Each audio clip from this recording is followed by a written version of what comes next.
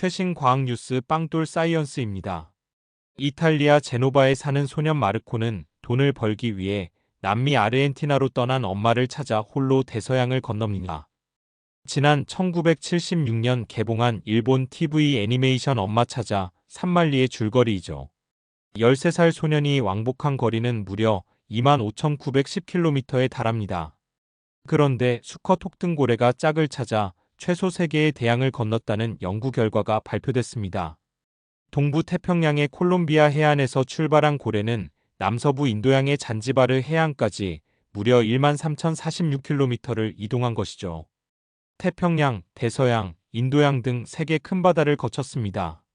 남북 방향으로 주로 이동하는 일반적인 경로가 아닌 동서방향으로 먼 거리를 이동한 것은 사례가 거의 없죠.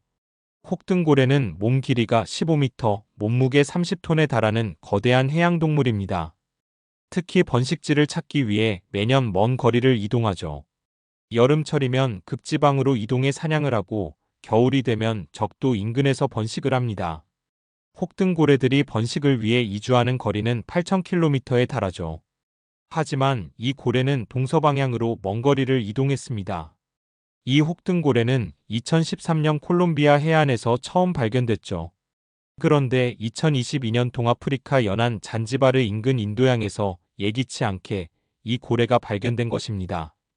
연구진이 5년이 지나 전혀 다른 곳에서 촬영한 사진 속 혹등고래가 같은 개체라고 확신할 수 있던 것은 꼬리 덕분이죠. 혹등고래는 꼬리 바닥에 독특한 색소를 갖고 있습니다. 이 색소의 분포를 분석하면 어떤 고래인지 정확히 알 수 있죠. 마치 사람의 지문처럼 신원을 파악하는 데 사용할 수 있습니다. 남북 경로가 아닌 동서 경로로 이동한 이유는 고래가 콜롬비아에서 다른 수컷과 짝짓기 경쟁에서 밀렸을 가능성이 있다고 분석됩니다. 덜 공격적인 환경을 찾기 위해 여행했을 가능성이 있다는 것이죠. 또한 이 지역의 식량 부족이 특이한 이주에 영향을 미쳤을 수 있습니다. 연구진은 혹등고래가 기후변화로 새로운 사냥터를 찾기 위해 이주했을 가능성을 제시했죠. 포경이 금지되면서 개체 수가 급증해 새로운 번식지를 찾기 위한 탐험이 시작됐을 수도 있습니다. 혹등고래는 한때 무분별한 어획으로 멸종위기 직전까지 몰렸죠. 18세기 포경 산업이 성행하면서 30만 마리 이상이 포획됐습니다. 혹등고래의 주요 서식지인 남대서양에서는 개체 수가 1830년 27,000마리에서 1950년대 중반 450마리까지 감소했을 정도이죠.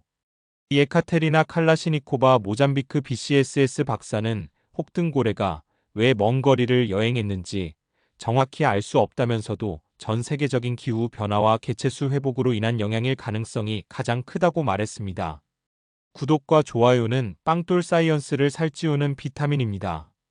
댓글도 많이 부탁드립니다. 감사합니다.